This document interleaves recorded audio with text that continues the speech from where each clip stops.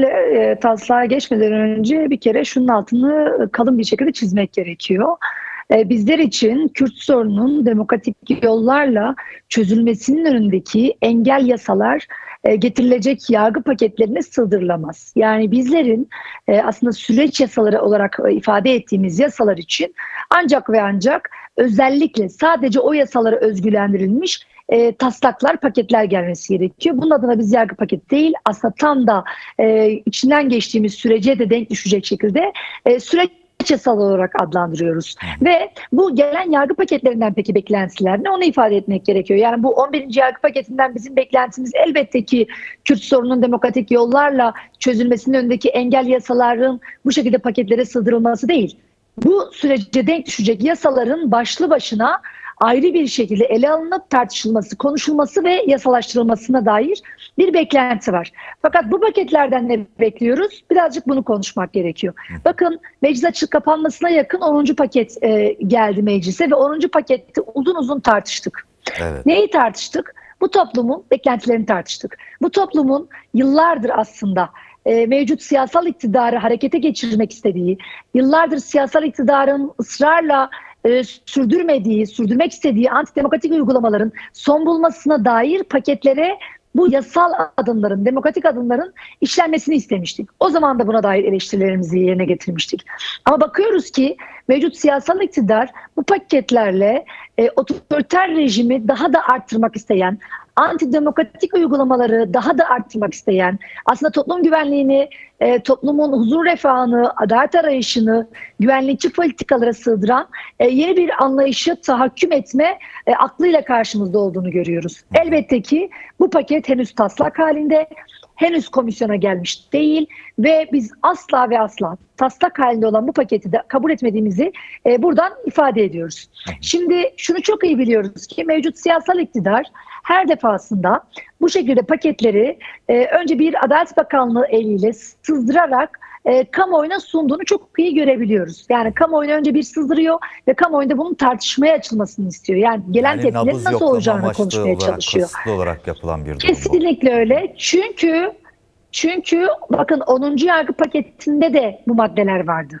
Yani çocuğa dair suça sürüklenen çocuklarla ilgili aslında cezaları arttıran maddeler vardı. Yine cinsel kimliklerinden dolayı kişileri cezalandıran yöntemler vardı. Yeni suçlar ihdas edilmişti. O dönem kamuoyuna büyük bir tepki oldu ve bunların tamamını geri çekmek zorunda kaldılar. Şimdi ise bunca süreç bu aşamaya gelmişken, toplumun her kesiminden adalete dair talepler yükselirken, toplumun her kesiminden cezaevlerinin durumuna ilişkin iyileştirilecek yasalar beklentisi varken yine karşımıza çıkardığı ve sızdırdığı pakete bakıyoruz ki bu pakette maalesef bu beklentileri karşılayan hiçbir düzenleme olmadığını görüyoruz. Ve siyasal iktidarın bu konudaki ısrarını da her defasında teşhir eden bir yerdeyiz. Peki bu pakette ne yoku önce tartışmak gerekiyor. Bu pakette ne yok? Öncelikle yıllardır aslında cezaevlerine dair beklenti içerisinde olan infaz yapmalara dair bir düzenleme yok. Bu pakette hasta tutsakların durumuna dair bir düzenleme yok. Bu pakette yine infaz kanununda eşitliksiz bir şekilde ortaya konan düzenlemeler yok. Bu pakette COVID'e dair, eşitlenmesi beklenen COVID'e dair hiçbir düzenleme yer almadığını görüyoruz. Peki ne var bu pakette? Hak ve özgürlükleri kısıtlayan, cezaları arttıran, yeni suçlar ihdas eden, tekrardan mevcut siyasal iktidarın otoritesine otorite katan, antidemokratik uygulamalarına antidemokratik uygulamalar katan düzenlemeler var maalesef. Şimdi biz neden buna tam da bu dönemde daha yüksek sesle karşı çıkıyoruz? Çünkü bir süreçten bahsediyoruz. Ve bu süreç sadece Kürtlere endeksli bir süreç değil, sadece Kürtlere yönelik bir süreç değil. Elbette ki Kürt sorunun demokratik yollarla çözülmesine dair yasalar ama aynı zamanda da Türkiye'nin demokratikleşmesini içeren yasalar olması gerekiyor. Ve buna dair toplum güvenini sağlayabilmenin bir yöntemidir aslında bu paketlerle demokratik yasaların getirilmesi. Toplumun belli kesimi, farklı kesimleri en azından dönüp şunu diyecek. Evet, gerçekten de Türkiye'de artık demokratik uygulamalara doğru gidilebiliyor denilecek. Bakın sorunun çözümüne dair yasa yapmaktan bahsetmiyorum. O başlı başına zaten olması gereken bir şey. Ama bu paketlerde olması gereken en azından Türkiye kamuoyunun da belli bir kesimin, ciddi bir kesimin Türkiye'de demokratik adımlar atıldığına dair bir güveni inşa etmek için önemli olacaktı. En azından bu daha fazla cezaları arttırarak topluma güvenlikçi yasaları dayatan bir anlayış değil, tam aksine demokratik bir zemine doğru Türkiye'nin gittiğinin bir göstergesi olması gerekirken, ama görüyoruz ki siyasal iktidar halen bu konuda ısrarcı olarak bu paketleri kamuoyuna sızdırmaya devam ediyor. Peki bu tepkiler de var. Sadece Türkiye ve Kürdistan'da değil, yani uluslararası alandan da tepkiler geldi. Uluslararası insan hakları örgütleri de bu ve bazı ülkelerde bu düzenlemelerin daha fazla otoriter bir rejim inşasına hizmet edeceğine yönelik tepkilerini de söylediler. DEM Parti olarak zaten bu konudaki tutumunuz oldukça açık ve net. Peki genel anlamıyla barış ve demokratik toplum süreciyle çelişen, ne demokrasiyle ne de bir barışla uyuşan bu yargı paketinin meclis tarafından mecliste reddedilip yeniden geri gönderileceğini düşünüyor musunuz? Bu konuda diğer partilerin tutumları hakkında neler söylemek istersiniz gözlemlediğiniz kadarıyla? Öncelikle bu paket sızdırıldığı andan itibaren biz DEM Parti olarak, DEM Parti Kadın Meclisi olarak, TCA olarak ilk elden itirazlarımızı sunduk ve bu paketi bu haliyle kabul etmeyeceğimizi, derhal sızdırılan bu paketin geri çekilmesini ve toplumun beklentilerini karşılayan tasarıların hazırlanarak komisyona sunulmasını ifade ettik. Çünkü biliyorsunuz, az önce de ifade ettim, bu bir sızdırılan bir paket. Adalet Komisyonu'ndayız. Henüz Adalet Komisyonu'na gelmiş, resmileştirilmiş bir paket değil. O yüzden bir kez daha sizler aracılığıyla buradan ifade edelim. Siyasal iktidar da bu konuda tekrardan göreve çağıralım. Bu haliyle bu paketi hiçbir surette kabul etmeyeceğimizi, getirmeyi akıllarından bile geçirmemeleri gerektiğini ifade edelim. Şimdi diğer siyasi partilerinde, elbette ki muhalif partilerinde pakete dair görüşleri oldu. Buradaki bir antidemokratik uygulamalar olduğunu, mevcut toplumun sorunlarını karşılamayacağını da ifade ettiler.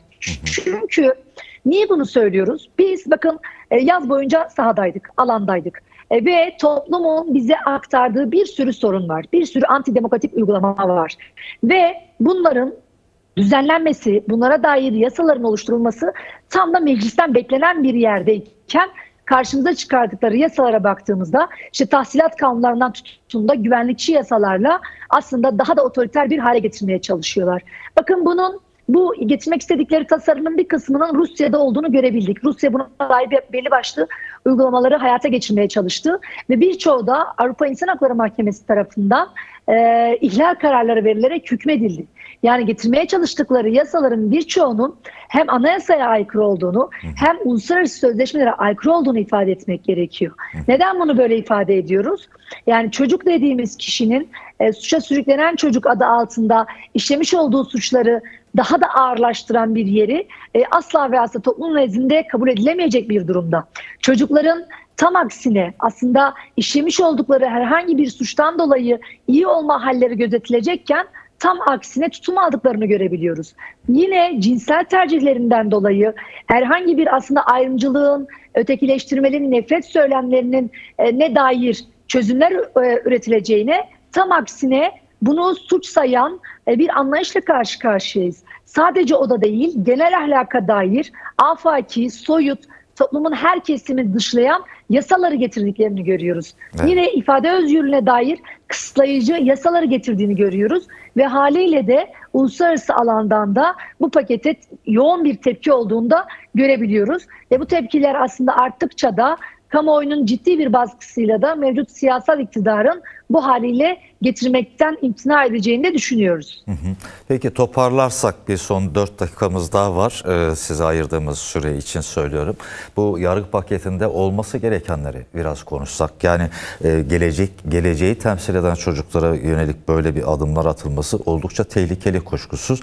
Bunun yanı sıra biraz önce değindiğiniz başta hasta tutsaklar olmak üzere, terörle mücadele yasası olmak üzere birçok yasa yasanın esasen değişikliğe uğratılması gerekiyor. Bir yanda komisyon çalışmalarını sürdürürken yani meclisteki ifadesiyle terörsüz Türkiye diye adlandırılıyor. Ancak barış ve demokratik toplum süreci olarak adlandırılan bu sürecin desteklenmesi, büyütülmesi, olumlu bir yere götürülebilmesi için bu yargı paketinde olması gerekenleri başlık başlık nasıl sıralarsınız? Tekrar sözü size vereyim.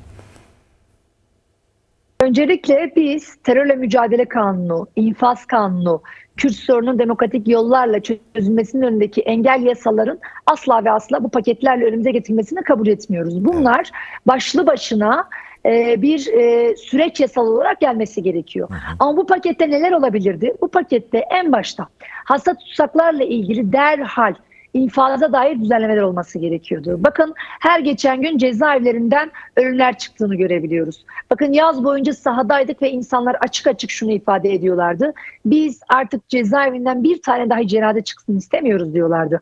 Ve Adli Tıp Kurumu'nun cezaevinde kalabilir raporlarının hukuka aykırılığından bahsediyorlardı. Adli Tıp Kurumu'nun derhal işleyişinin değiştirilmesinden bahsediliyorlardı. Ve biz bu paketlerde aslında tam da buna dair düzenlemeler olmasını bekliyorduk. Yine Covid yasası dediğimiz eşitliksiz bir yasa vardı ve daha önce binlerce insan bu eşitsizlik yüzünden mağdur edilmişti. Ve biz bu pakette de tüm aslında kesimler için bir eşitleme getirilmesini bekliyorduk.